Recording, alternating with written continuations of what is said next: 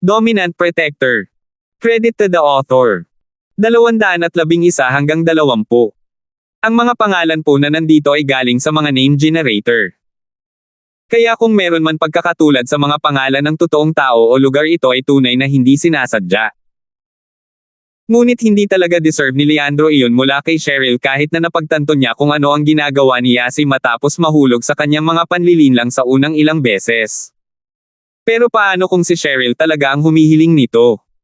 Paano kung hindi nagsisinungaling si Yasi noon? Maluha-luha si Leandro kung may nangyaring ganoon. Bilang resulta, palagi niyang tinutupad ang mga kahilingan, kahit na alam niyang nagsisinungaling si Yasi. Kaso si Cheryl talaga iyon. Mas mahusay na ligtas kaysa sa paumanhin. Si Cheryl, sa kabilang banda, ay lubos na inaabangan ang malaking sandali ni Yasi. Mabilis niyang natapos ang pagkain niya at napansin niya si Yasi na dahan-daang kumagat sa kanyang swordfish. Yasi, bakit ang dahan-dahan mong kumain? Mas healthy. Parang wala tayong importanteng gagawin, ano ang pagmamadali? Yasi mumbled incoherently sa isda sa kanyang bibig. Ano, may gagawin ka ba, Cheryl? Hindi makapaniwala si Cheryl sa babaeng ito, syempre may importante silang gagawin. Ituloy mo yan, Yasi. Tignan natin kung hanggang kailan mo ito madadrag. Pinagmasdan ni Cheryl ang oras ni Yasi, medyo matagal bago niya tinapik ang kanyang tiyan, nasiyahan. Busog na ako. Hanem. Cheryl, tapos na kayo ni Shield bro. Sigurado kayong magkaaway. Ganun ba? Mahinang humikbi si Cheryl. Yasi, hindi mo ba sinabi sa akin na mayroon kang mahalagang sasabihin kay Terence? Hindi ba't may sinabi ka tungkol sa paggawa ng malaking hakbang na iyon sa buhay? Well, hindi ba ngayon ang magandang panahon? Interesado din ako sa kung ano iyon. Naghahanda si Terence na bumalik sa kanyang silid nang pigilan siya nang sinabi ni Cheryl ikinonekta niya ito sa ibinulong sa kanya ni Yasi kanina. Pagbalik sa mukha ni Yasi, nagtaka siya kung ano ang gusto nitong sabihin ito na kaya ang palabas na dapat niyang gawin. Oo. So sasabihin ko na agad. Tumingin si Yasi kay Cheryl, at tumingin kay Terence, medyo kinakabahan dumating na ang oras. Oo. Udyok ni Cheryl. Shield bro. I like you. Matagal na talaga kitang crush. Sabi ni Yasi, napatayo bigla at tumingin sa mga mata ni Terence habang nasa harap ng dibdib ang mga kamay. Ipinaalala nito sa kanya ang larong iyon na nilalaro niya. Kung saan may nagkukumpisal itong babaeng ito sa ilalim ng puno. Napakurap-kurap si Terence sa pag-amin, ito siguro ang sinasabi ni Yasi kanina. Dahil doon, biglang tumayo si Terence at hinawakan ang mga kamay ni Yasi. Yasi, I like you too. I've actually liked you since the first time I came to the villa. I've just never had the courage to confess I actually really like you and Cheryl. Medyo umubo si Cheryl, ano ang ginagawa ni Terence, hinihila siya sa gulo na iyon. Hindi rin maganda ang pakiramdam niya sa mga sinasabi ni Terence kay Yasi, tinatanggap ba niya ang kanyang pag-amin? Hindi naman siya ganon kababaw, diba? Tanggap na agad ng confession ni Yasi, ganun lang. Mukha rin siyang nasa sabik, na para bang matagal na niyang hinihintay ang sandaling ito. Si Cheryl ay nakaramdam ng gulo sa puntong ito. Pinilit niyang ngumiti.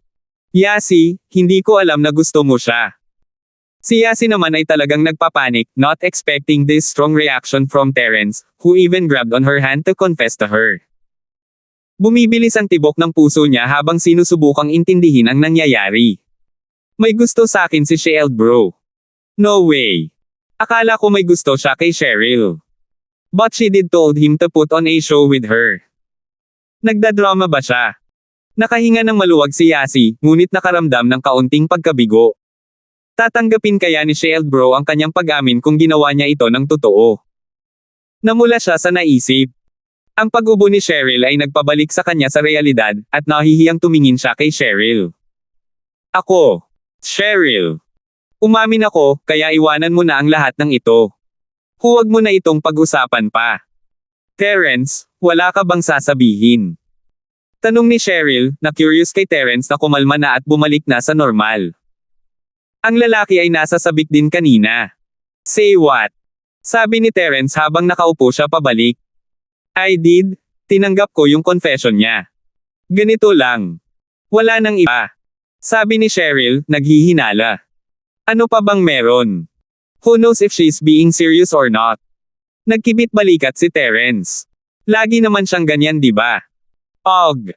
Ibinuka ni Cheryl ang kanyang bibig, ngunit hindi ito umimik. So alam ni Terence na hindi seryoso si Yasi. Ang kanyang pagkabigo ay nagkaroon ng kaunting lunas kaya hindi tinatanggap ni Terence ang kanyang pag-amin. Hindi na niya alam kung ano ang iisipin, ang gulo na ng isip niya. Kailangan niyang mag-isip ng tahimik sa kanyang silid. Yasi, sumama ka sa akin. Sabi ni Cheryl habang hinihila niya si Yasi pataas kasama niya, naiwan si Terence sa mesa, mag-isa. Ibinalik ni Yasi ang kanyang ulo para lapitan si Terence, na parang walang nangyari. Ngumiti si Terence ano ang ginagawa ng mga babaeng ito. Iniligpit niya ang mga natira, naisip niyang gumawa ng ulam na may swordfish bukas habang siya ay bumalik sa kanyang silid, hindi gaanong iniisip ang pag-amin ni Yasi. Sa simula pa lang, binalaan na siya. Si Cheryl naman ay may namumuong mga pag-iisip sa loob niya. Paano kung hindi na-stalk si Yasi ngayon? Paano kung nawala siya? Aamin ba siya sa kanya, at seryoso kaya si Terence kung ginawa niya iyon? Hindi siya katulad ni Yasi, kung tutusin hindi siya tumalbog sa lahat ng lugar, at baka naniwala lang si Terence sa kanya. Nagsisimula ng magsisi si Cheryl sa pagsasara ng pinto ni Terence dapat ay nagtago na lang siya doon at hinayaan siyang hanapin siya ni Yasi. Ngunit bakit gusto niyang magtapat kay Terence sa unang pagkakataon? Hindi man lang siya nagustuhan. Umiling si Cheryl, sinusubukang itaboy ang gulo sa utak niya. Cheryl, anong gusto mo? Tanong ni Yasi habang paakyat kasama si Cheryl. Yasi, bakit hindi siya naniwala sa pag-amin mo? Hindi sigurado si Cheryl kung ano ang itinatanong niya sa puntong ito wala ng saysay. Oh, I guess what I say is not very believable. Sabi ni Yasi habang hinihimas ang ulo. Lagi akong gumagawa ng kalokohan. Maaaring iyon na. Sabi ni Cheryl, umiling. Sige, sorry Yasi, samobra ako ngayon. Hindi ka dapat pinilit na umamin sa kanya, medyo masama para sa reputasyon mo. Buti na lang hindi ka pinaniwalaan ni Terence. Paano ka magkakaroon ng boyfriend kung may mabalitaan? 212. Og. Ang mga salita ni Cheryl ay talagang nagpapasama kay Yasi. Cheryl, huwag mong sabihin yan. Ako din ang tumaya. Siyempre igagalang ko ang kasunduan. I mean, I actually told Cheryl bro about it when you were on the phone. I asked him to put on a show with me. Ano? Natigilan si Cheryl sa pagsisiwalat, hindi niya inaasahan na ang babae ang mamamahala niyan sa mga segundong iyon. Kaya ang nangyari kanina ay isang kumpletong pagganap, kung gayon. Fake ang lahat. Sinaman siya ng galit na tingin ni Cheryl. Yasi. Sinabi ko naman sa iyo ang totoo, di ba? Huwag kang magalit, Cheryl. Gulat na sabi ni Yasi habang tumatakbo papunta sa kwarto. Itong si Yasi. Hindi na alam ni Cheryl kung ano ang gagawin sa babaeng ito, pero naging maayos naman ang lahat, hindi ba? Medyo lumampas siya. Nasa kanyang villa si Leandro, nanunood ng horror movie sa kanyang laptop habang nakaupo sa kanyang silid.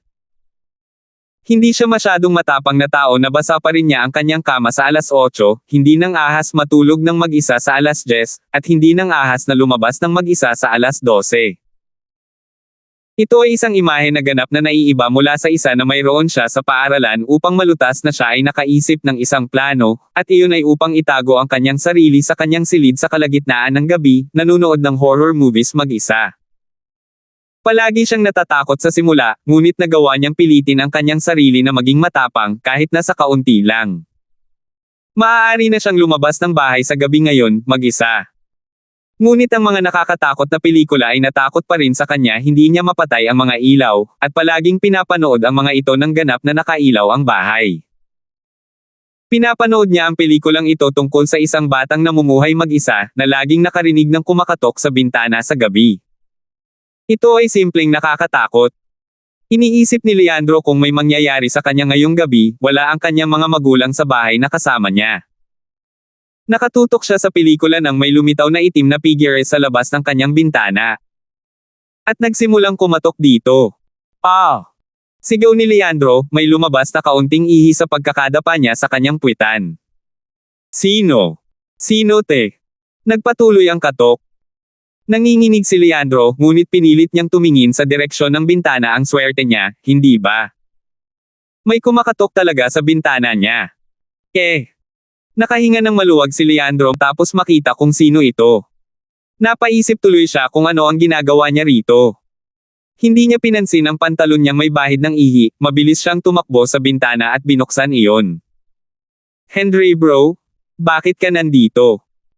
Si Henry, na nakatakas mula sa pulisya kanina, na pumupunta sa lugar ni Leandro sa gabi, at nag-iisip na makakuha ng pera para sa kanyang mga plano sa pagtakas. Nais din niyang pag-usapan ang paghihiganti laban kay Terence. Master Song, binugbog ko ang 2 pulis habang papunta sa kulungan. Nakatakas ako. Sabi ni Henry, na pinapasok ang sarili sa silid na may maliksi na paggalaw. Si Leandro naman ay natigilan. Henry bro. Paano ka nakaakyat dito? Naunawaan ng mabuti ni Leandro ang istruktura ng kanyang vilya. Ang mga vilya dito ay may malinis, mad-ulash na mosaic sa ibabaw ng mga dingding, at walang mga pasilyo o bitek para mahawakan ng lalaki. Imposibleng umakyat siya, at hindi rin posibleng tumalon siya. Ito ay 10 metrong pagtalon. Tumalon ako. Mahinang sabi ni Henry. Master Song, hindi na ako ang lumang Henry. Nasa peak late phase na ako ngayon ng Golden Class. Golden Class. Peak late phase. Gaano kalakas iyon? Hindi alam ni Leandro ang mga dibisyon ng klase. Medyo mas malakas kaysa sa regular na mga espesyal na ops. Sabi ni Henry. Ang babaeng Song na iyon, mula sa kriminal na pulis, nasa gitna pa lang siya. Oh. Hindi na masyadong naabutan ni Leandro ang ibinabato sa kanya ni Henry. Henry bro, paano ka naging malakas bigla? Mukhang mahina si Henry nang guluhin siya ni Terence noong araw na iyon, ngunit sinasabi ng lalaki na mas malakas siya kaysa kay Amara Song mula sa mga kriminal na pulis sa nakita ni Leandro. Mukhang hindi nagsisinungaling si Henry. Nagawa niyang mag-level up bigla. Nagtataka si Leandro kung gaano kaganda kung ganito kalakas ang likod ni Henry noong nakaharap niya si Terence. Sumali ako sa isang misteryosong sekta noong mga naunang taon ko, at naroon ang napakalakas na scroll doon.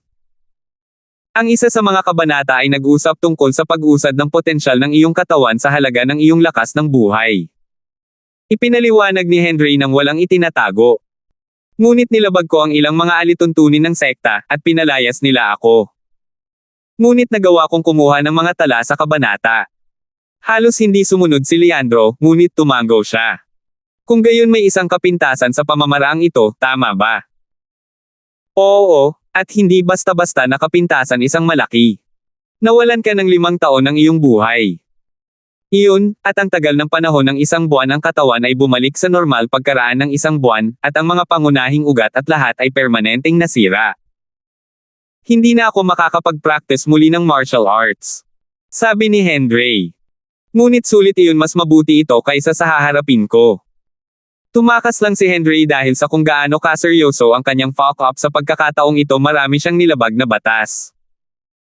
Nariyan din ang kanyang kasaysayan ng krimen. Bukod pa sa lahat ng kanyang ilegal na paghawak ng baril at tangkang pagpatay, mayroon siyang hindi bababa sa 10 taon na naghihintay sa kanya sa bilangguan. 10 taon doon ay ganap na impyerno para sa isang tulad ni Henry, na namuhay para sa kasiyahan. Mas gugustuhin niyang mamatay. Mayroon siyang 2 pangunahing prioridad na kailangan niyang asikasuhin pagkatapos makatakas. Ang una ay ang pagbuhos ng dugo ni Terence. Ang lalaki ay itinapon siya sa bilangguan, at ginulo ang kanyang kamay at kalahati ng kanyang mukha, masyadong. Ito ay isang ganap na kahihiyan, walang katulad kung ano ang naranasan ni Henry dati. Ang pangalawa ay upang makakuha ng halaga mula kay Leandro, upang makaalis sa lungsod at magpatuloy sa pamumuhay sa Karangyan. Oh! Kung ganoon, Henry bro, pumunta ka rito para. Maingat na tanong ni Leandro, alam niyang direktang may kinalaman siya sa pagkakakulong kay Henry. Nag-aalala siyang may kasamang baka ang lalaki dahil doon. 213. Huwag kang mag-alala, Master Song, hindi kita hinahabol. Ang kalokohang iyon, Terence. Nandito ako para lipulin siya sa planeta. Paliwanag ni Henry, napansin ang ikinababahala ni Leandro. Ngunit wala akong kahit isang sentimo sa akin ngayon, kakailanganin ko ang suporta ni Master Song sa pananalapi. Nakahinga ng maluwag si Leandro nang marinig ang paliwanag. Ayos lang ang lahat hanggat hindi hinahabol ni Henry ang kanyang dugo. Gusto niya ng pera, at hindi iyon malaking bagay, may pera siya. Si Henry ay pumasok bilang kanyang scapegoat pagkatapos ng lahat, at pinag-uusapan pa niya ang tungkol kay Terence para sa kanya. Si Leandro ay tuwang-tuwa na tumulong. Huwag kang mag-alala, Henry bro. Hindi isyu ang pera dito, kakausapin ko ang tatay ko. Bibigyan muna kita ng $1,000,000. Sabi ni Leandro. Gayunpaman, para kay Terence, kailangan nating pag-usapan ito ng kaunti. Hindi na natin siya makukuha sa paaralan, kailangan natin ng ibang lokasyon. Salamat, Master Song. Nakahinga ng maluwag si Henry sa kabutihang loob ni Leandro, naglabas kaagad ng $1,000,000, tila napunta siya sa tamang lugar. Maganda rin ang pakikitungo sa kanya ng mga Song. Hindi siya naging scapegoat para sa wala. Ang pahayag ni Leandro tungkol kay Terence, sa kabilang banda, ay may katuturan. Hindi na niya muling hahabulin si Terence sa publiko. Tumango siya. Tama, kailangan nating pag-usapan ito mamaya, ngunit hindi ako maaaring magtagal ng masyadong mahabang panahon. Hindi ko magagawang matalo ang tae na iyon kung ang aking katawan ay bumalik sa normal. Huwag kang mag-alala, Henry, ilang araw na lang. Gusto rin ni Leandro na patayin si Terence sa lalong madaling panahon. Binaligtad ng lalaki ang kanyang upuan sa harap ng lahat. Napakalaking kahihiyan iyon, at hinding-hindi siya magpapahinga hanggat hindi niya siya nababayaran. Sige, pupunta ako. Eto, phone number ko. Sabi ni Henry habang inaabot ang isang papel kay Leandro. Malapit nang maging publiko ang balita ng pagtakas ko, at malalaman mo ang mga ito kapag nangyari iyon. Dapat ay ayos lang ako sa katawan na ito, ngunit hindi ko nais na kaladkarin kayo pababa. Okay, Henry bro. Tatawagan kita pagkatapos kong makuha ang $1,000,000 kay Dad. Sabi ni Leandro na medyo naantig sa pag-aalala ni Henry sa kanya. Huwag mong madaliin, iyan nauna si Terence. Talagang nangangati si Henry sa dugo ni Terence. Yung shit, hindi ako bubuhay sa paghinga niya. Sige, mauna ka na, Henry bro. Kakausapin ko ang tatay ko, at pag-uusapan natin si Terence mamaya. Tatawagan kita. Tumango si Leandro. Tumango rin si Henry, tinapik ang balikat ni Leandro nang walang sinasabi. Tumalon siya sa windowsill at nawala sa gabi. Fuck, seriously. Para siyang martial arts master sa Wuxia novels or something. Sabi ni Leandro na nakatulala habang nakatitig sa walang laman na bintana. Tumingin siya sa ibaba at nakita niyang nawala na si Henry. Akala niya nananaginip siya kung hindi dahil sa papel na hawak niya. Inilabas ni Leandro ang kanyang telepono at sinimulang i-dial ang kanyang ama, na nakasagot lamang pagkatapos ng ilang ring. Medyo maingay sa kabilang dulo ng tawag. Nasa labas si Fabian na umiinom. Leandro, anong problema? Dad, may emergency, pwede bang umuwi ka muna? Sabi ni Leandro na may mahinang boses, kahit walang nandoon para mag-eavesdrop sa kanya. Anong nangyari? May kasama akong kliyente, nandito rin ang nanay mo, mga matandang kaibigan na sila. Hindi ito isang bagay na maaari kong layuan. Sabi ni Fabian. Emergency talaga, Dad. Pwede bang umuwi ka muna? Nag-aalala si Leandro na baka may makarinig sa kanya sa dulo ni Fabian, at ayaw niyang ipagsapalaran ang anumang bagay. Leandro, ano ba? Busy talaga si Dad dito, hindi mo ba maintindihan? Medyo hindi nasisiyahan si Fabian sa puntong iyon. Gaano kaya ito kaseryoso? Nakatakas si Henry sa kulungan. Sabi ni Leandro, hanggat maaari ay hininaan ang boses. Ano? Anong sabi mo? Natigilan si Fabian. Sige, hintayin mo ako, babalik ako ngayon. Tumibok ang puso ni Fabian sa pangalan. Hindi na ganoon kalaki ang pag-aalala ng kanyang mga kliyente. Pagkatapos ng lahat, ito ay isang bagay na maaaring makulong ang kanyang sariling anak kung hindi niya ito ayusin ng maayos. Kumuha siya ng abogado para makipagkita kay Henry, at ipasa sa kanya ang lahat ng sisihin para sa isang malaking gantimpala pagkatapos makalabas. Nagiging komplikado talaga ang mga bagay kung tatakbo lang siya ng ganoon. Nilinggan niya ang asawa. Hoa, Mag-chat ka muna sa mga dati nating kaibigan may nangyari kay Leandro, kailangan ko munang bumalik. Sige, bilasan mo. Natural na naiintindihan ng asawa ni Fabian ang bigat ng sitwasyon kung kaya nitong hilahin ang asawa niya sa oras na ganito. Hindi siya nagabalang i-stress siya sa anumang tanong. Ipaubaya mo na lang sa akin ang lahat, alam nilang lahat ako ay isang lasing. Ang ibang mga tao na naruroon sa mesa ay hindi masyadong nasiyahan sa pag-alis ni Fabian nang ganoon hindi pa sila nagsisimulang uminom.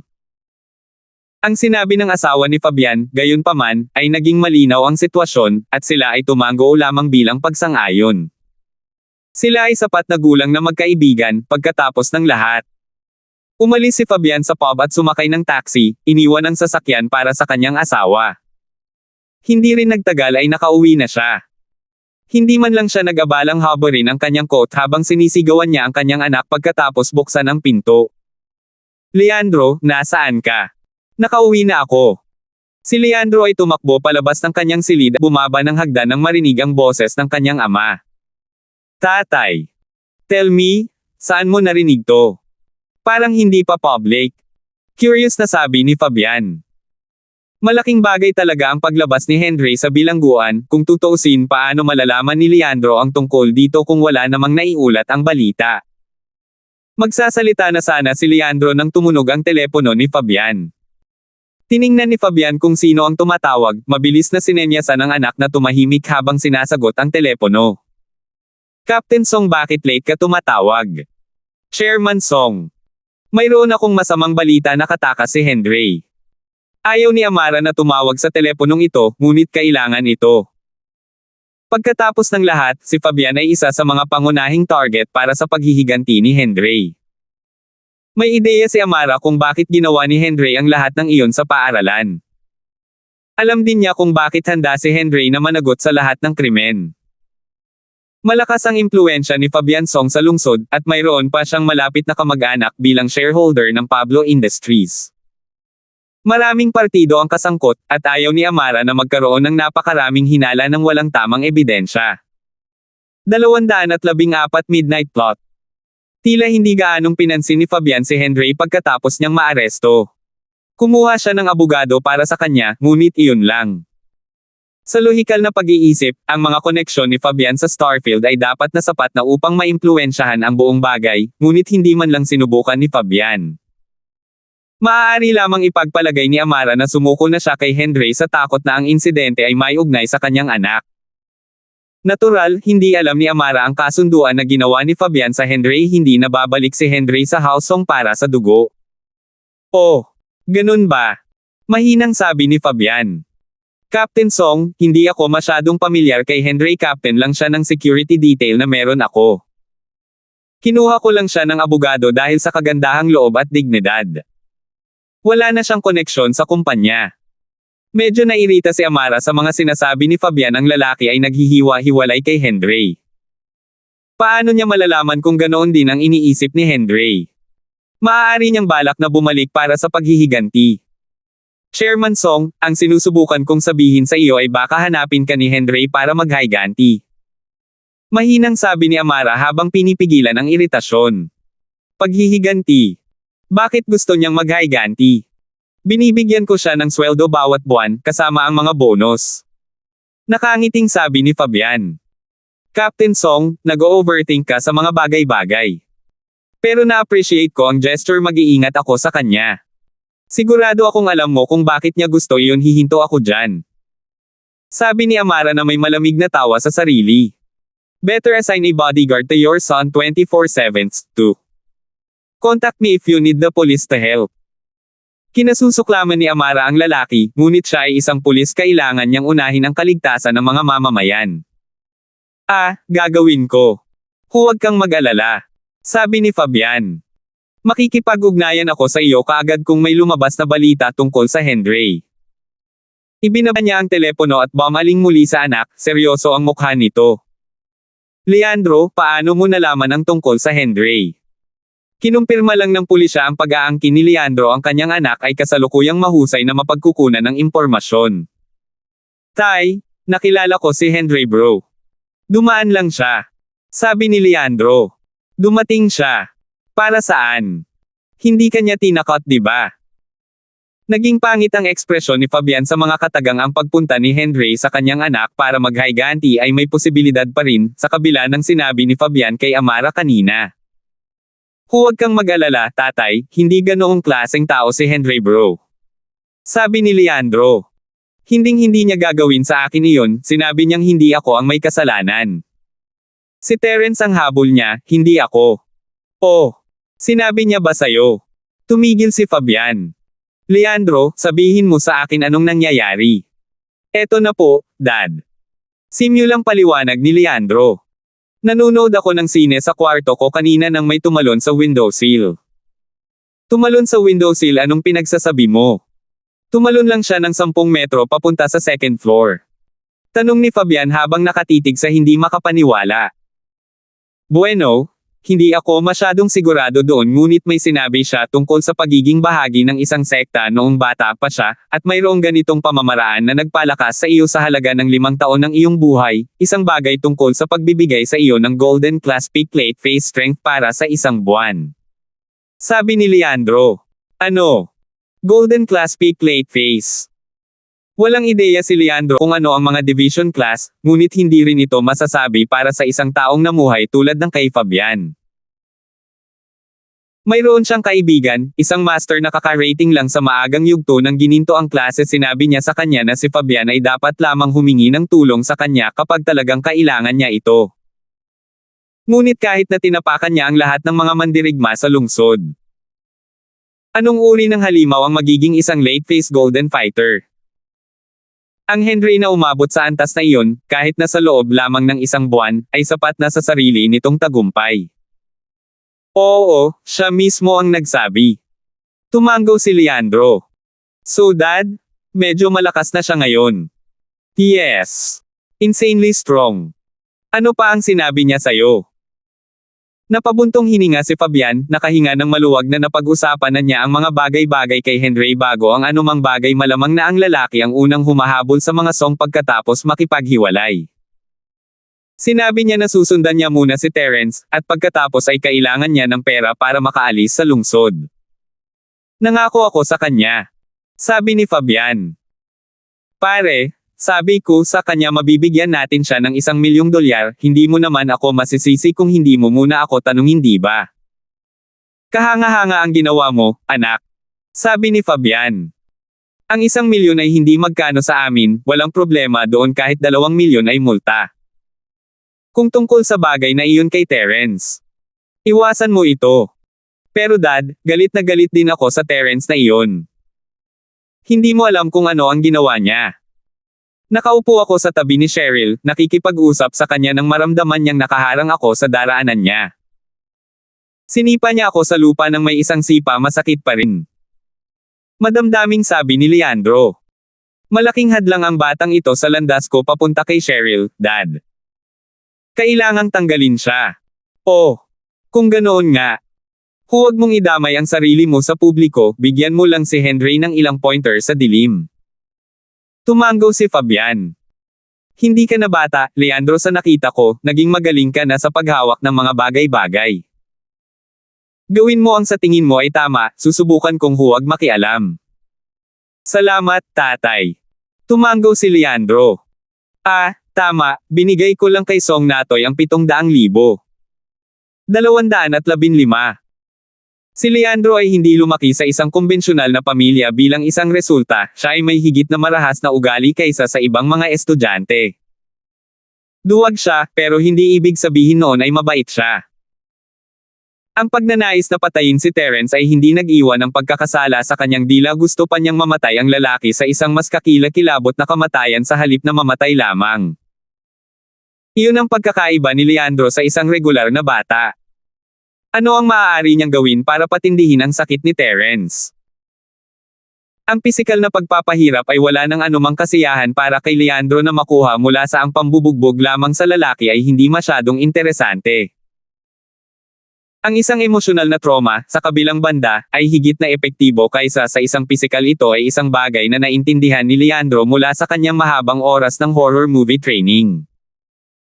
Kinailangan niyang atakihin si Terence sa pag-iisip para sa maximum na dami ng sakit na posible. Ah! Biglang naalala ni Leandro ang kanyang pagkikita kay Rowan, kung saan napag-usapan nila ang tungkol sa pagpipilit ni Rowan sa kanyang sarili kay Josephine. Dapat niyang hayaan si Terence na magkaroon ng magandang tanawin tungkol doon bago siya lumipat sa kabilang buhay. Iyon ay medyo bagay. Isang sneaker ang lumabas sa isiping iyon, at si Leandro ay nagsimulang tumawa. Siya ay napakahusay para sa pag-iisip ng isang napakapangit na ideya. Talagang nakalulugod kung makikita ni Leandro si Terence na nagpupumilit na tulungan si Josephine habang binubugbog siya ni Henry hanggang sa mamatay, na nagagalit sa kanyang kawalan ng kakayahan na gumawa ng anuman habang ang kanyang buhay ay nawala. Nagpa siya si Leandro, kakausapin niya ito kay Rowan sa paaralan sa Lunes. Hindi niya direktang may sangkot ang kanyang sarili sa buong bagay, gayunpaman. Kailangan niyang ibigay ang kanyang tulong ng palihim. Lunes ng umaga noon, at natutulog si Terence nang magising siya ng tawag sa telepono ni Jacob Colden. "Boss, naisipan kong bisitahin si Joralyn sa ospital, gusto mo bang sumama?" Si Jacob ay hindi masyadong nakatulog kahapon, muli. Ang unang pagkakataon ay mula sa pagpunta sa bahay ng karaniwang dilag, dahil ito ay isang bagay na malaki para sa kanya upang ipagmalaki ang tungkol sa. Ngunit hindi na iyon nag-aalala kay Jacob. Hindi niya napigilan ang sarili na isipin si Joralyn. Ito ang unang pagkakataon sa buong buhay niya na magkaroon ng insomnia sa isang babae. Nandoon ang kanyang pakikiramay sa kanya, at ang kanyang pagkamuhi sa kanyang pangalawang pinsan. Isang magandang babae, wasak. Ang laki ay walang kahit katiting na pag-aalala para sa kanya, hindi na muling nagpakita. Mahirap lang ang pamilya ni Joralyn. Ang sakit ay nagpulala lang ng lahat para sa kanya. Sa sobrang galit niya ay naisipan pa niyang tawagan ang kanyang pangalawang pinsan para tanungin, ngunit pinigilan niya itong gawin.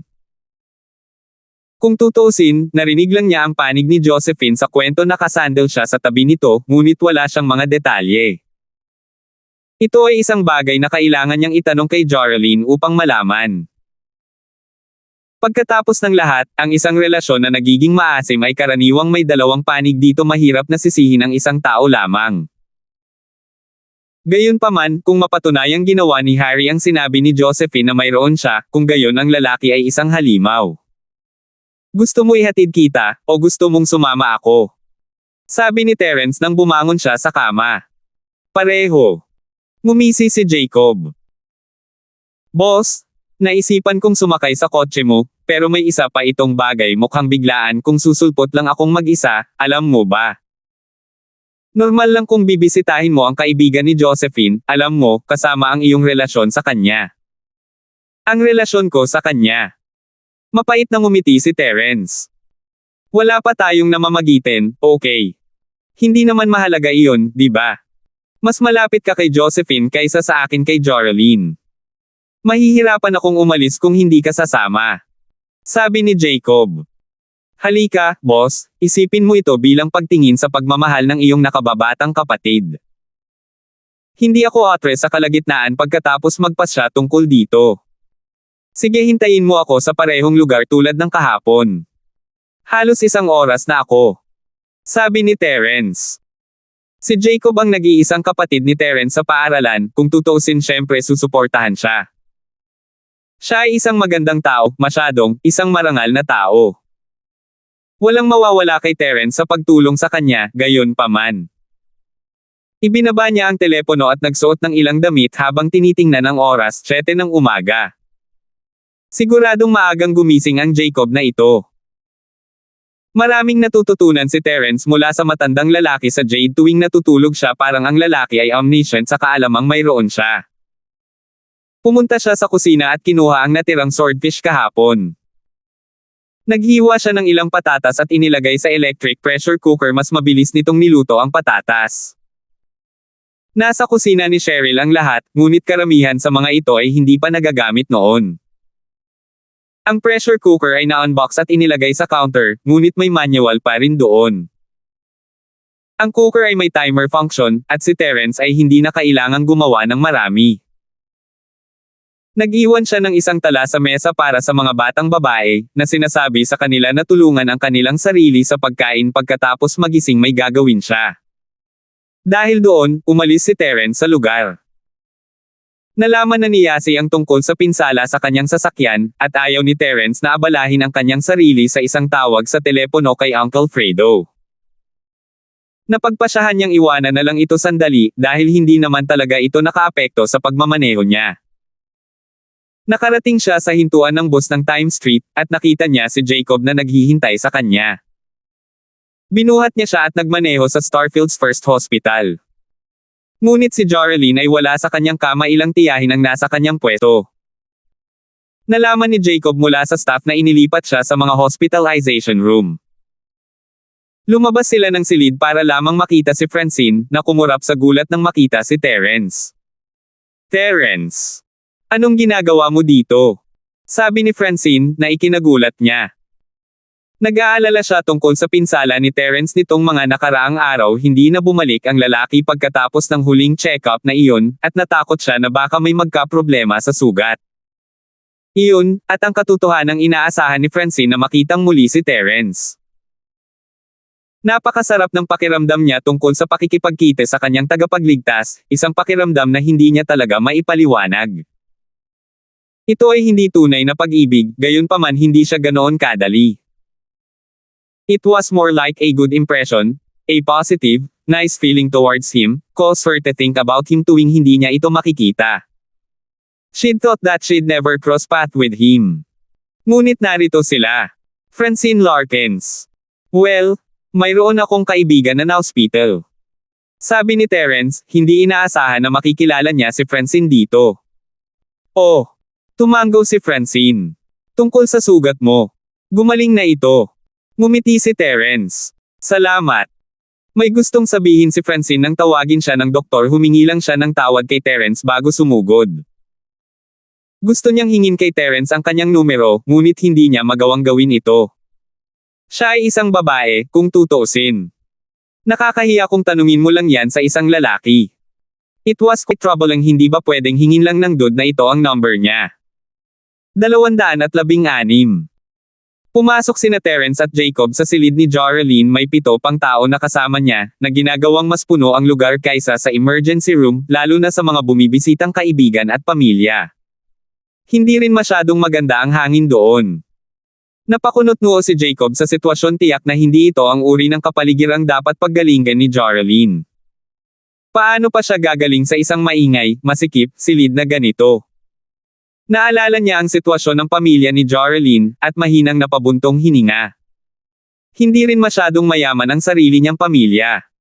Talagang tinulungan niya sila sa pinansyal para makakuha ng mas magandang kwarto si Joralyn. Kung hindi, si Terence, gaya ng dati, ay napansin ang ekspresyon sa mukha ni Jacob. Tinapik niya ang balikat niya sabay ngiti. "Dapat sapat na ang deposito na ibinigay ko para magkaroon siya ng mas magandang kwarto." Walang problema si Terence sa paggamit ng pera ni Wu Chentian. Hindi man lang niya ito ginagamit para sa kanyang sarili, gayunpaman. Baka para sa magiging asawa ng kapatid niya. "Pero, boss, yung pera." Nag-aalangan na sabi ni Jacob. Kung tutuusin, ang pera ay para ipahiram sa pamilya ni Joralyn. Walang makukuhang kapalit ang lalaki sa paggastos niya ng ganito kalaki sa babae. "Haha, isipin mo na lang na ginagamit sa iyo, hindi mo na kailangang ibalik." Natatawang sabi ni Terence. "Salamat." Tumango si Jacob, hindi tinatanggihan ang alok. Seryoso si Terence, alam niya iyon, walang dahilan para mahiya tungkol dito. Pinili niya ang tamang lalaki na tatawaging boss. Mabilis na naglakad si Jacob patungo sa kama ni Joralyn. Gising na ang dalaga, at hindi na kasing putla ang mukha nito. Parehong kinakausap siya ni na Josephine at Willalaine habang binalata ni Helena si Joralyn ng mansanas. "Tita Song." Medyo nahihiya na sabi ni Jacob. Hindi siya masyadong malapit sa pamilya. Ang pagsunod sa kanila pabalik sa ospital pagkatapos iligtas si Joralyn kahapon ay may katuturan, ngunit bumalik muli sa ikalawang araw. "Oh, nandito si Jacob," sabi ni Helena. Halatang mahal na mahal si Jacob habang nakangiti itong nakatayo. Inabot nito sa kanya ang binalata na mansanas. "Eto, isang mansanas." "No thank you, give it to Joralyn, tita. Kailangan niya ng nutrisyon," sabi ni Jacob. Hindi mapigilan ni Joralyn na mamula nang makita si Jacob. Sinabi sa kanya ni na Josephine at Willa ang tungkol sa mga pangyayari kahapon, kung paano niya napagkamalan si Jacob na si Harry kahapon. Salamat, Jacob Colden, sa pagligtas sa akin kahapon. Sabi ni Joralyn, medyo nahihiyang umupo, medyo namumula ang mukha at ang ganda ng boses. Huwag kang mag-alala tungkol dito. Hey. Sabi ni Jacob, na ikinakaway ang kanyang mga kamay, medyo umayos ito ang unang pagkakataon na nakita niya si Joralyn sa normal nitong kalagayan. And also, sorry for what I did yesterday. I thought you were him. Ayaw pag-usapan ni Joralyn ang tungkol dito, pero kailangan pa rin niyang humingi ng tawad. Alam na alam ng isang malay na Joralyn na hindi na babalik si Harry para sa kanya. Kaya lang minsan nadulas siya sa kanyang mga pantasya. Ayos lang. Haha. Sabi ni Jacob, winawagayway muli ang kanyang mga kamay sa kanyang harapan. Basta okay ka lang. Tama, nakausap ko ang amo ko, bibigyan ka namin ng mas magandang kwarto sa ospital. Natigilan si Joralyn nang maalala niya ang sinabi ni Josephine sa kanya, tungkol sa kung ano ang maaaring nararamdaman ni Jacob para sa kanya. Hindi niya masyadong inisip ito, siya ay isang taong may kapansanan, parehong mental at pisikal. Si Jacob Colden ay isang bata, malusog na bata, bakit siya mahuhulog sa kanya? Ang sinasabi ni Jacob ngayon, gayunpaman, ay nagpapatunay sa mga hinala ni Josephine. Bakit babalik ang lalaki sa ikalawang araw, kahit na kumuha siya ng isang mas mahusay na silid sa ospital, kung hindi dahil doon?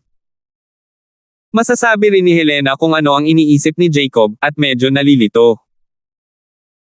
Ang kanyang anak na babae, habang hindi kasing ganda ni Josephine, ay maaaring isang magandang bulaklak sa mga slum, ngunit ano ang nakita ni Jacob sa kanyang anak ngayon? Si Helena ay hindi lubos na nakabalot dito, wala rin masyadong mayaalok ang kanyang bahay, at kasama ang estadong kinaroroonan ni Joralyn. Ito ay isang kilos ng aking amo, huwag mag-alala tungkol dito, ang kanyang pamilya ay medyo mayaman, kaya hindi ito masyadong marami sa kanila. Sabi ni Jacob, na inipit ang kredito kay Terence. Si Terence ay medyo hindi makapagsalita, ang kanyang pamilya, mayaman. Ang mga babaeng kasama niya ay may mayayamang pamilya, ngunit Fen, matalik mong kaibigan si Josephine, at sina Josephine at Terence. Alam mo, hey. Sabi ni Jacob na may matamis na ngiti. Gustong-gusto ni Terence na si Payne ang kalokohang ito sa pader. Ano ang ginagawa niya, ginagamit ang kanyang amo para patulan ang mga babae. Hinihila niya si Josephine at siya sa kabuuan nito. Gaya ng inaasahan, si Josephine ay nagpakawala ng masamang tingin kay Jacob. Wala talaga siyang masabi doon, gayunpaman si Jacob ay may magandang intensyon, nag-aalok siya na palitan ang silid ng ospital ni Joralyn. Alam din ni Josephine na hindi magandang kapaligiran para gumaling si Joralyn, hindi ba ang pagtanggi sa mga salita ni Jacob ay nangangahulugan na si Joralyn ay kailangang magpatuloy sa pananatili dito. Naisip niya ito, si Terence ay isang mayamang young master, ang ganitong uri ng pera ay hindi mahalaga sa kanya. Tungkol sa maliit na komentong iyon, wala siyang nangyayari kay Terence. Ginagamit lang ng lalaki ang relasyon nila para patulan si Joralyn. Bumuti ang pakiramdam ni Josephine pagkatapos na nasa isip iyon. Lumingon si Joralyn kay Josephine, nalilito. Wala siyang sinasabi. Nilinggan niya si Willa, na tumango ng mahina sa kanya. Si Josephine ay nasa isang relasyon. Kasama nitong boss, ni Jacob Colden. May iba pang mga pasyente na naroroon, gayunpaman, at ang kanyang ina ay narito, masyadong. Huwag kang mag-alala, Tita Song, ang amo ko ang nagbabayad. Kunin natin si Joralyn ng mas magandang kwarto. Madamdaming sabi ni Jacob habang nagpapatingin sa doktor. Naunawaan ni Terence ang sikolohiya ni Jacob dito, ito ang unang babaeng nahulog sa kanya, at natural lang na gusto niyang gumawa ng impresyon. Tungkol sa komentong iyon na ginawa niya. Tinuwanan lamang ito ni Terence. Iminuwestre niya si Josephine, sinabihan itong lumapit. Itinaas ni Josephine ang kanyang ulo, nalilitong itinuro ang sarili, na para bang kinukumpirma kung si Terence ang humihingi sa kanya. Tumango si Terence, at tumindig siya para lumakad ng hindi gusto. Ano ito? Sinusubukan ni Jacob na habulin si Jorelyn, at kailangan niya ng dahilan para mapalapit sa kanya, kaya ginamit niya tayo. Paliwanag ni Terence. Naiintindihan mo, tama. Oh. Medyo malungkot na tumango si Josephine, ngunit hindi ito sumagot. Basta alam mong hindi totoo. Alam ko. Ngumiti si Terence. Tara, tulungan mo si Jacob na magpalit ng kwarto. Baka sabihin mo rin sa akin kung ano ang tingin sa kanya ni Jorelyn. 217. Nag-alinlangan si Josephine, ngunit nag-walkout kasama si Terence. Wala pang sinabi si Jorelyn tungkol kay Jacob, kaya pasasalamat lang yata. Sa tingin mo may chance siya? Tanong ni Terence. Paano ko malalaman? Marahan na napa-M si Josephine. Ginagawa lang ng mga tao sa paligid mo ang parehong bagay na ginagawa mo, ang paghabol sa mga babae kapag dapat silang nag-aaral. Wag na muna natin akong pag-usapan. Sabi ni Terence. Sa tingin ko seryoso siya tungkol dito. Tumingin si Josephine kay Jacob sa harapan nila, wala siyang balak na isama siya kay Jorelyn kung seryoso talaga siya. Makakatulong ito kay Jorelyn na makaalis sa trauma na iyon. Sigurado ka bang hindi ito isang beses na gusto niyang makasama si Jorelyn sa natitirang bahagi ng kanyang buhay? Hindi lang siya nakikipaglaro tulad mo, di ba? Bakit lagi mo akong hinihila pabalik? Isa pa, wala akong sinabing paglalaroan ka lang. Sabi ni Terence, may mapait na ngiti sa kanyang mukha. Hindi sigurado kung siya ay impulsive lang o anuman, ngunit mukhang hindi. Sinaman ang tingin ni Josephine si Terence. Ang karangalan ng isang babae ay isang napakapinong bagay. Minsang nasaktan si Jorelyn, hindi na niya iyon madadaanan muli. Hindi inaasahan ni Terence na si Josephine ang tipo ng pangako, ang tipo ng babae na hinding-hindi bibitawan ang isang lalaki pagkatapos magpasya sa kanya. Ang mga lalaki ay karaniwang nag-aalala na ang kanilang kasintahan ay iiwan sila para sa iba kung sila ay masyadong maganda, ngunit tila ang ganoong bagay ay hindi mangyayari kay Josephine bilang isang kasintahan. Nag-uusap ang dalawa nang magsimulang magtaas ng boses si Jacob. Tila nakikipagtalo siya sa isang medyo may edad na habang pilit silang pinapakalma ni Helena. Hindi naman sa hindi natin ginagastos ang pera, bakit hindi tayo pwedeng magkaroon ng private room? Medyo galit na galit si Jacob, tuwang-tuwa siya, hinaila si Helena papunta sa kwarto ng management din ng hospital room para kunin si Jorelyn ng isang pribadong kwarto sa ospital, pero itinanggi nila sa kanya ang lahat ng walang kwarto. Kahit na iyon ay magiging maayos, kung ang isa sa mga doktor ay hindi nagdala ng kamag-anak ng isang pasyente upang makakuha ng isang pribadong silid pagkatapos nilang umalis sa opisina. Binigyan lang sila ng din ng ospital ng hindi nag-iisip, lahat kasi ng doktor ay nagsabing bro niya ang kamag-anak. Hindi ba't sinabi ng lalaki na walang natitirang silid? Kaya bakit biglang may lumabas na kwarto? Ito ang huling high class room para sa mga insider. Mahinang paliwanag ng din, hindi interesadong makipagtalo kay Jacob. Anong nangyari sa first come first serve? Hindi naman sa hindi namin binabayaran, bakit hindi namin kunin ang kwarto? Dahil lang hindi kami insider. Sabi ni Jacob, sobrang hindi nasisiyahan. Huwag ka nang humingi ng mga kwarto kung hindi mo ito may backup kaklase ng asawa ko, ang hospital din dito. Sa tingin mo pwede ka na lang humingi ng mga kwarto ng walang koneksyon. Bumalik ka at maghiwa ng gulay.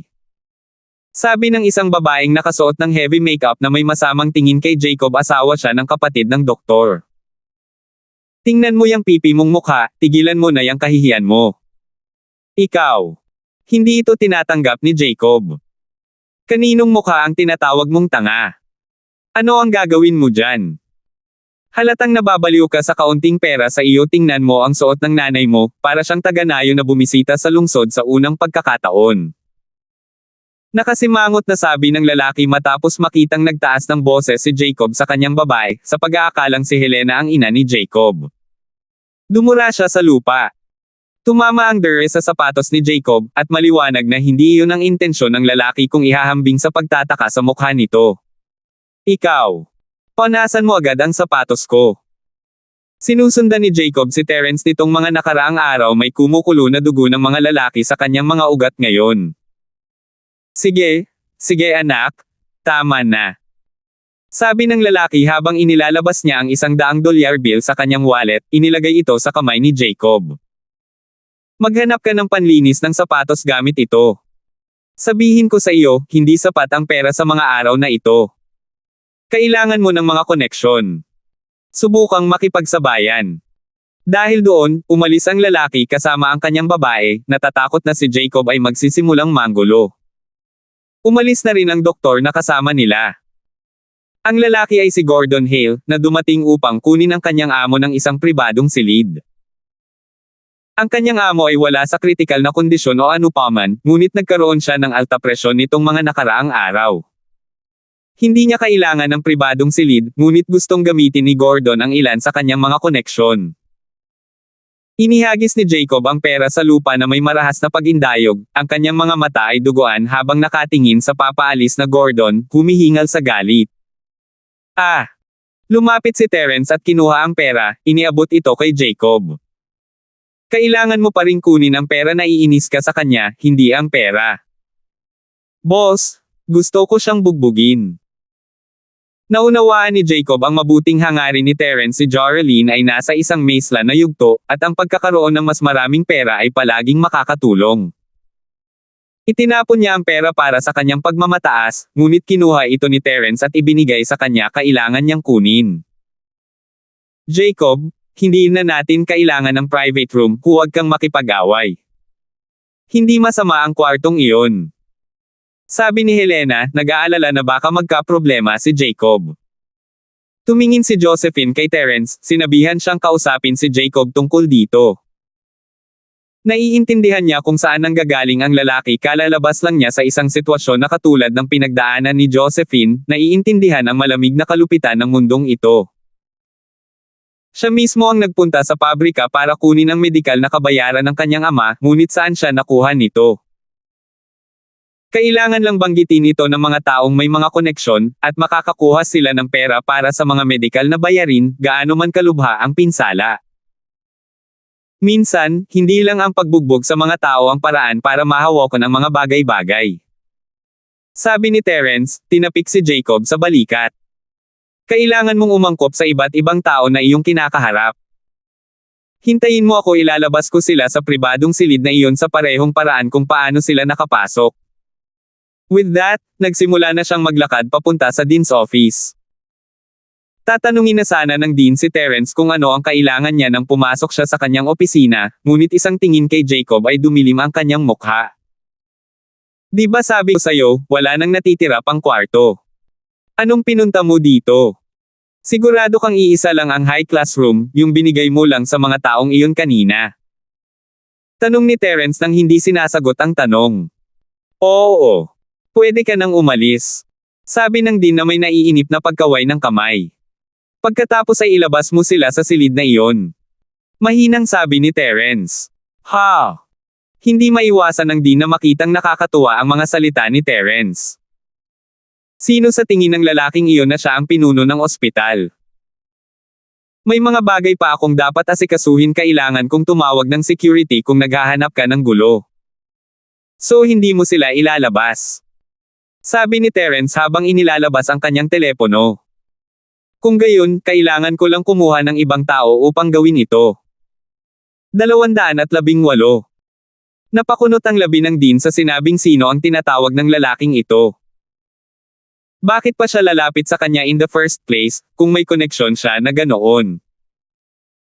Ang kailangan lang niyang gawin ay magdala ng insider, at nakuha na niya ang silid. Ngunit ang huling silid ay naibigay na. Kahit na ang taong ito ay may koneksyon sa loob, mahirap na bawiin ang silid, maiinis sila. Hello, Professor Larkins. Ako si Terence. Ang koneksyon ni Terence, natural, ay si Martin. Siya ang pinuno ng Starfield's First School of Medicine, sa itaas mismo ng Starfield's First People's Hospital. Hindi mahalaga kung sino ang nasa ospital, kailangan nilang makinig sa mga pasasaayos ng pinuno ng paaralan. Ito ay isang bagay na natutunan niya kay Martin sa isang pag-uusap. Habang si Martin ay hindi namamahala sa mga silid ng ospital, isang salita mula sa kanya ang makakaluta sa buong sitwasyon. "Oh, Mr. Linford, miss na ba ang matandang ito?" Bati ni Martin, halatang tuwang-tuwa na tumawag ulit si Terence pagkatapos gawin iyon kahapon. Gusto niyang mapalapit kay Terence sa simula pa lang. "Well, Professor Larkins, nasa Starfield's First People's Hospital ako, at may kaibigan akong na-hospital dito. I wanna spend some money to get her private room, but the last private room is given to an insider by the dean, kahit na una kaming dumating dito." Sinabi ni Terence, na ipinarating ang mga katotohanan kay Martin. "Haha, naiintindihan ko, tatawagan ko si Old Quill ngayon, siya ang pinuno ng ospital. Mamaya ko na kayo kokontakan." Masayang sabi ni Martin. Kahit sino pang tao na magdadala ng bagay na walang kabuluhan na tulad nito kay Martin, at hindi man lang siya mag-abala kung tutuusin, nilinaw ni Terence, ang silid ay ibinigay sa isa pang tagaloob, at medyo hindi nararapat na alisin na lang iyon sa kanila. Hindi gugustuhin ni Martin na gumawa ng gulo para sa sinuman para sa isang bagay na tulad nito. Hindi na kailangang sabihin, magmumukha itong makasarili para sa pinuno ng Starfield School of Medicine. Naturally, hindi iyon ang pangunahing bagay, ang mahalaga ay ang ospital at ang paaralan ay pinagsama at binuo, kahit na ito ay nasa ilalim ng paaralan. Ang sarili niyang anak ay isa pa nga sa mga shareholder ng ospital. Dahil dito, hindi na lang nakialam si Martin sa mga gawain ng ospital. Isang tawag sa telepono mula sa kanya ay maaaring magdulot ng malaking ripple. Gayunpaman, si Terence ang lumapit sa kanya, at ang kanyang relasyon sa kanya ay isang napaka-natatangi. Ito ay parehong mentorship at pagkakaibigan, isa na lumampas sa agwat ng edad. Natural lang na kunin niya ang mga bagay ni Terence sa sarili niyang mga kamay. Ibinaba niya ang telepono, at nag-dial up kay Old Quill. Ang Dean ay malamig na nakangiti kay Terence, ngunit agad na natigilan matapos marinig ang mga salitang Professor Larkins. Nagsimula siyang pawisan habang iniisip kung sino ang taong ito. Gayunpaman, sino pa kaya ito sa mundo ng medikal? Ito ay si Martin, ang pinuno ng Starfield School of Medicine. Naninigas ang Dean sa puntong iyon. Kung tutuusin, si Martin ay isang titan. Kahit ang pinuno ng ospital ay nagbigay galang sa kanya. Ang sariling anak ni Martin ay isang shareholder sa ospital, ganap na kayang sirain ang isang maliit na dean na tulad niya kung gugustuhin niya. Siya lamang ang namamahala sa mga silid ng ospital. Ang problema dito ay hindi niya deserve ang development na ito. Wala siyang kwarto para kay Jacob dahil tinawagan siya ng doktor kanina, ilang sandali lang ay dumating ng personal si Jacob. Kung pag-uusapan nila ang panuntunang first come first serve, dapat pa ring pumunta ang kwarto sa doktor na unang nag-book nito. Bagaman, siya ang may kasalanan sa kanyang sarili sa hindi pagpapaliwanag ng mga bagay-bagay ng lubusan kay Jacob, maaaring hindi naging ganito ang mga bagay kung ginawa niya. With that in mind, tumayo agad ang Dean, medyo alanganin at nahihiya. "Kuya, bakit mo problemayan si Mr. Larkins? I'm afraid I haven't explained the situation. Nauna ngang dumating yung doktor kanina, he'd booked the last room before come over himself. That is why I told the brother over there that there were not any rooms left. Sa tingin mo ngayon mo lang masasabi ang bagay na iyan, at maniniwala ako." Walang pakialam si Terence kung ang lalaki ay nagsasabi ng totoo sa puntong iyon, at hindi rin siya interesadong makinig sa kanyang mga paliwanag. Namula ang mukha ng Dean sa kahihiyan, may sasabihin pa sana siya nang tumunog ang phone niya, bumasag sa katahimikan ng kwarto ang ringtone. Natigilan ang Dean habang dinampot ang telepono, naging mapagkumbaba habang nakatingin sa display. Alam niya kung sino ang tumatawag. Ito talaga ang pinuno ng ospital. "Mr. Quill. Paano ako matutulungan?"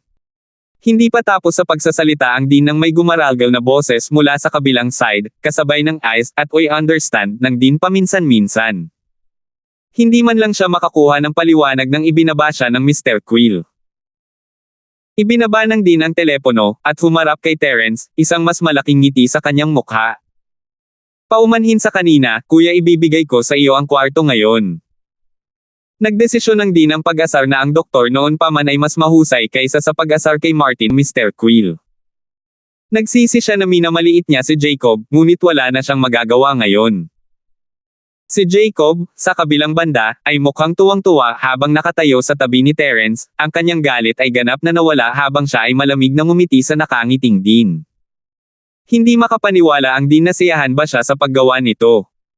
Masaya bang magpanggap na walang tao, humihingi sa isang hospital room din para sa isang hospital room ng kilala ng kaibigan niya si Martin. Hindi kaya kanina pa siya tinawagan. Ngunit kailangan niyang panatilihin ang ngiti sa kanyang mukha. Pakiusap, sumunod ka sa akin itatalaga ko ang silid sa iyo kaagad. Tumingin si Josephine kay Terence, nag-iisip. Tila walang hindi kayang lutisin ang lalaking ito. Gumagamit din siya ng iba't ibang paraan sa kanyang mga problema, gumagamit ng karahasan kung minsan, at ginagamit ang kanyang mga koneksyon sa ibang pagkakataon kung kinakailangan. Minasahe niya ang kanyang noo habang sinusubukang pakalmayan ang sarili, ayaw isipin si Terence. Lumabas sila ng opisina, at napansin ni Terence si Francine na tumitingin sa paligid. Nagtataka, kumaway ito sa kanya. Francine Larkins. Dito. Nanlaki ang mata ng Dean. Pare. Kilala mo pa si Francine. Bakit ka pa nag-abala sa tawag, hilingin mo lang na kausapin niya ako. 219. Ang Dean ay isa sa mga nakatataas sa ospital, hindi sinasabi na alam niya kung sino si Francine. Siya ay apo ni Martin, anak ng isa sa mga shareholder. Maaaring hindi alam ng isang mababang ranggo na doktor ang tungkol doon, ngunit ang Dean ay hindi mababang ranggo na doktor. Walang gustong tumawid sa isang babaeng may background na ganyan. Hanggang sa puntong iyon, sinusubukan pa rin ng Dean na malaman kung gaano kalapit kay Martin itong si Terence. Isa iyon sa kadahilanan na direktang nakaapekto sa kabigatan ng sitwasyon. Ang lahat ay saysubog kung magkakilala lang sila. Ang mas malapit na relasyon, sa kabilang banda, ay nangangahulugan na si Martin, sinadya man o hindi, ay maaaring magmukhang masama sa Dean sa harap ni Mr. Quill. At out of nowhere, kilala pala ng apo ni Martin si Terence, ibig sabihin malapit si Terence sa buong pamilya ni Martin. Natapos na ni Francine ang kanyang trabaho, at nagsimulang maglakad-lakad ng walang talagang layunin sa isip, iniisip lang kung makakasalubong niya si Terence. Hindi rin niya tinanong kung saang silid siya naroroon. Isang matamis na ngiti ang nabuo sa kanyang mga labi na may kislap ng kagalakan nang marinig niyang tinawag siya ni Terence. Terence, iniisip ko lang kung may maitutulong ba ako sa iyo. Nako. Wala na, ngayon ako lang nag-asikaso. Sabi ni Terence habang nakatingin sa Dean. Hindi sigurado si Francine kung paano itutuloy ang pag-uusap nang makita niya ang isang babaeng kasing ganda niya na nakatayo sa tabi ni Terence, na dismaya. Ito ba ang girlfriend mo? Hindi, wala akong kinalaman sa kanya. Hindi man lang nagkaroon ng pagkakataon si Terence na magsalita nang tumalon si Josephine sa pagtatanggol sa sarili. Oh, nakahinga ng maluwag si Francine. Terence, ibigay mo sa akin ang iyong numero ng telepono, hindi pa ako nakapagpasalamat sa iyo sa huling pagkakataon. Treat kita pagkatapos ng trabaho. Walang pakialam si Terence, sinabi niya sa kanya ang kanyang numero ng telepono, at inidial siya ni Francine para makuha din ang numero ng kanyang telepono kay Terence. Si Josephine naman ay nakasimangot, tinulungan ba ni Terence ang babaeng ito dati? Nagsimula siyang magsisi sa paglilinaw ng relasyon nila ni Terence ng ganoon kabilis. Ano ang pagmamadali? Ang taong ito ay medyo maswerte sa mga kababaihan, tila, biglang nabangga ang isang magandang nurse. Si Josephine ay nagpatuloy sa paggalaw, malungkot habang binibilasan niya ang kanyang mga hakbang. Si Francine ay medyo mas matanda kay Josephine, at mas mature din, hindi niya maiwasang mapangiti sa reaksyon ni Josephine. Nagseselos yata ang kaibigan mo. Pupunta ako pagkatapos, tawagan mo ako kapag libre ka. Ah, napangiti si Terence doon. Oo, makipag-ugnayan ka. Gusto lang ni Francine na puntahan si Terence saglit, hindi niya alam kung ano ang dapat niyang gawin pagkatapos talagang mabangga siya.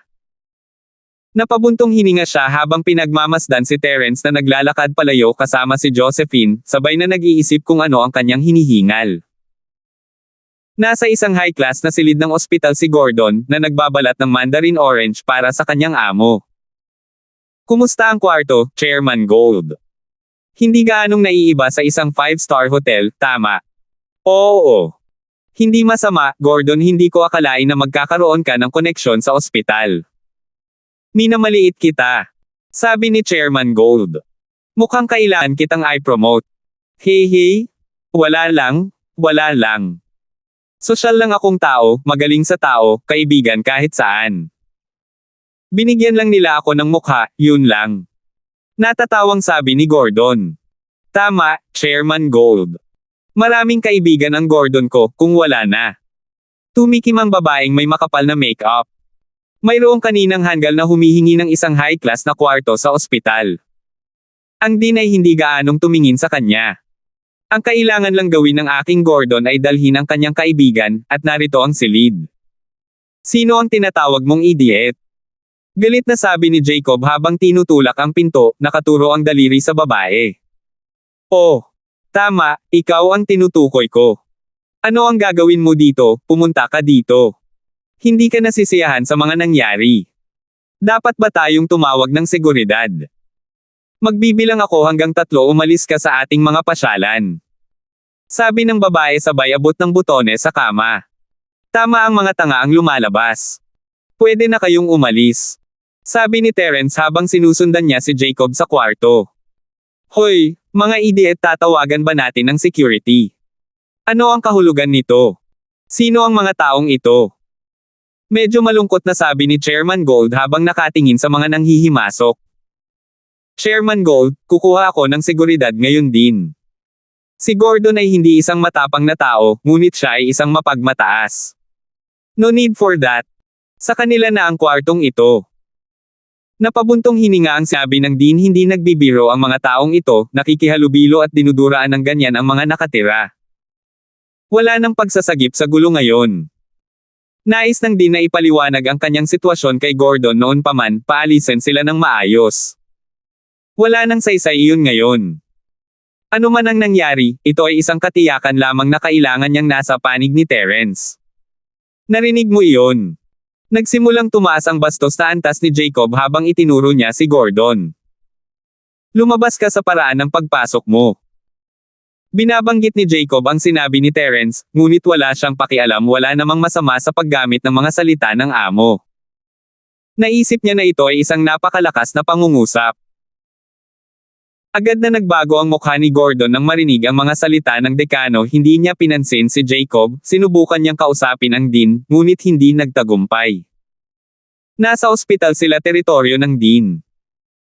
Siya ay hindi sapat na maimpluwensyang tumayo sa pantay na lupa kasama ang dekano, at kailangan niyang ipagtanggol ang kanyang kaso na may nalilitong ngiti sa kanyang mukha. Mr. Ma, hindi ba napag-usapan na natin ito kanina? Sila ang nauna, ito ay isang simpleng panuntunan. Nagsisimula ng maiinip ang Dean, ayaw niyang paghintayin si Terence. Kumaway siya ng dismissive na kamay kay Gordon. Sige, mag-impake na kayong 3 at lumipat sa double room, inayos ko na ang lahat. But, Mr. Maria, for the sake of Dr. Jacob. Nandito na rin ang Chairman Gold natin.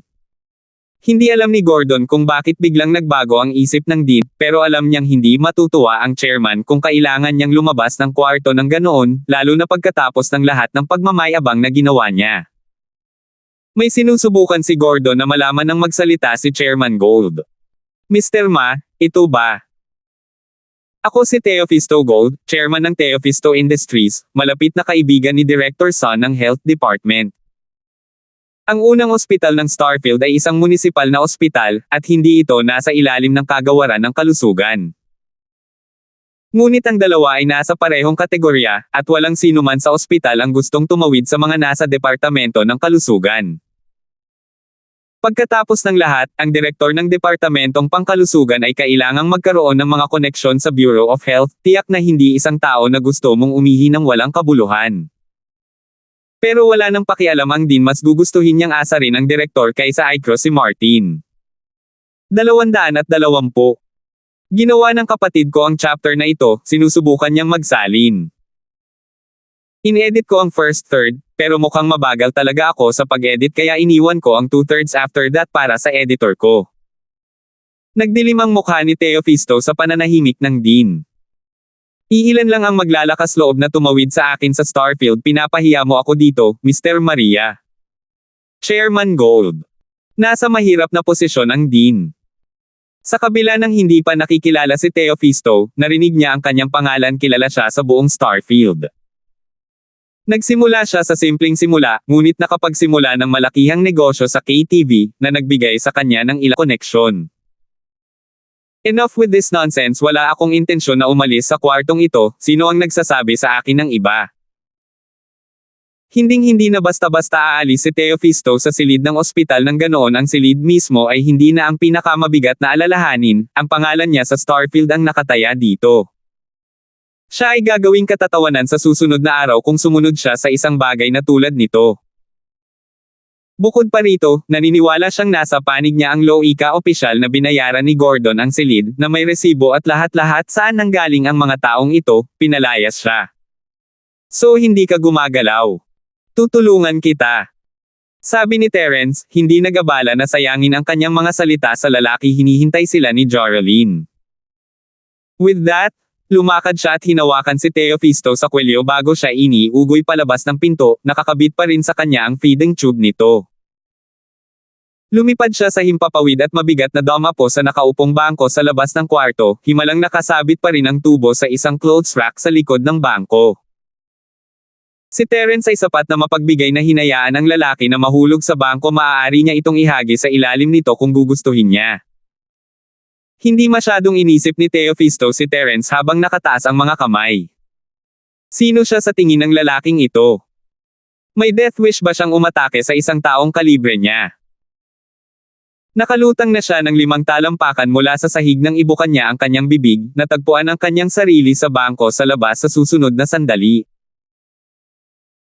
Ang Dean, sa kabilang banda, ay hindi inaasahan na si Terence ay gagawa ng isang bagay na ganito karahas, ibinabato ang lalaki nang hindi man lang nag-abala sa mga salita. Napangiti siya ng mapait sa development at least, however, he needn't explain himself anymore. Si Gordon ay hindi rin makapaniwala sino ba itong lalaking ito. Isang maling salita at itinapon kanya sa lupa. Ngunit si Gordon ay walang lakas ng loob na tumayo o magsabi ng anuman kay Terence.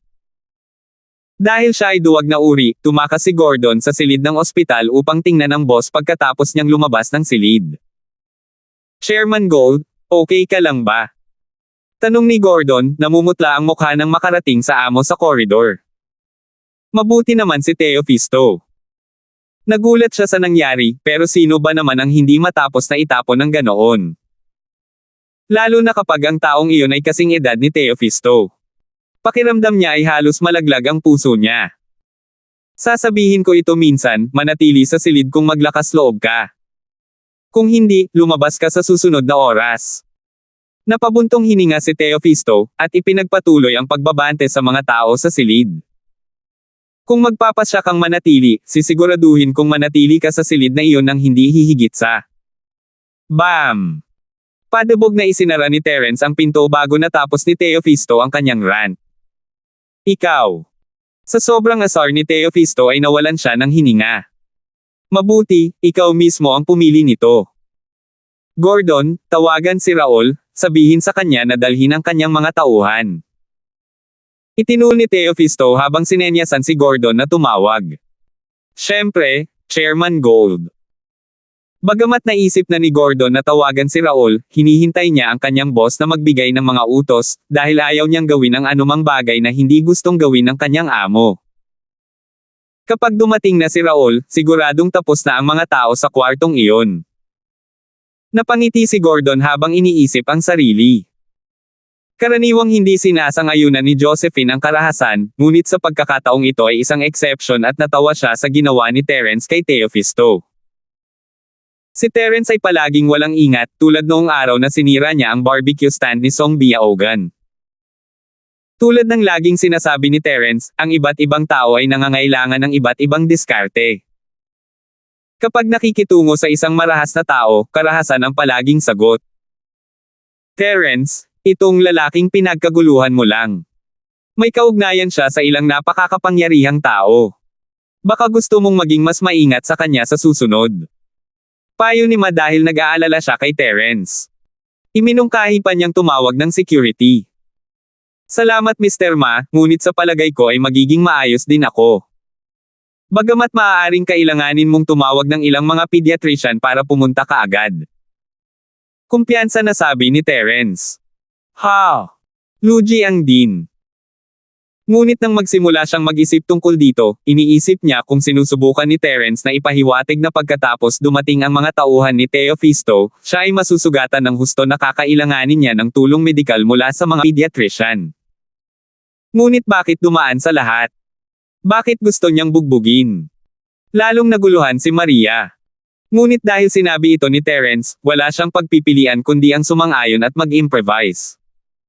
Jacob, pupunta kayo ni Miss Song at sasanduan si Joralyn. Dito kami ni Josephine mananatili sa kwartong ito, utos ni Terence. Si Theophisto ay malamang na hindi aalis nang walang laban. At kung haharapin natin siya, maaari rin nating gawin ito ngayon. Si Terence ay hindi kailanman natakot sa isang away. Ang pangyayari kay Theophisto ay tila hindi nagpatinag sa kanya. Alam na alam ni Jacob Colden ang mga kakayahan ni Terence. Hindi naman siya nag-aalala. Mayroon siyang kakaibang pagtitiwala kay Terence kahit anong gawin ni Terence, palagi niyang iniisip na inuuna ang kanyang amo sa anumang ginagawa niya. Sa kabilang banda, hindi talaga alam ni Helena Song kung ano ang gagawin. Alam niya mula kay Jacob Colden na si Terence ay isang agresibong lalaki, kaya kahit anong gawin ni Terence, hindi niya alam kung paano tumulong. Sa halip, nakatingin lang siya sa isang sulok. Kung ito ay sa ibang pagkakataon, hindi siya maglalakas loob na manggulo sa isang figurang tulad ni Theophisto. Ngunit sa pagkakataong ito, nasa paligid si Terence. At tiyak na hindi niya pipigilan si Terence na makipagkulitin kay Theophisto. Sa puntong ito, maaari lamang niyang sundin ang pangunguna ni Jacob Colden, at pareho silang naglakad pabalik sa orihinal na silid kung saan naroon si Joralyn. Sa pag-alis ng dalawa, naiwan sina Josephine at Terence na mag-isa sa silid. Nang iminungkahi ni Terence na manatili siya sa silid kasama niya, hindi siya nagsalita, ngunit mayroon siyang hindi natural na hitsura na tila salungat dito. To be honest, hindi namin kinailangang magpalit ng kwarto. Ang lahat ng abala para sa isang bagong silid.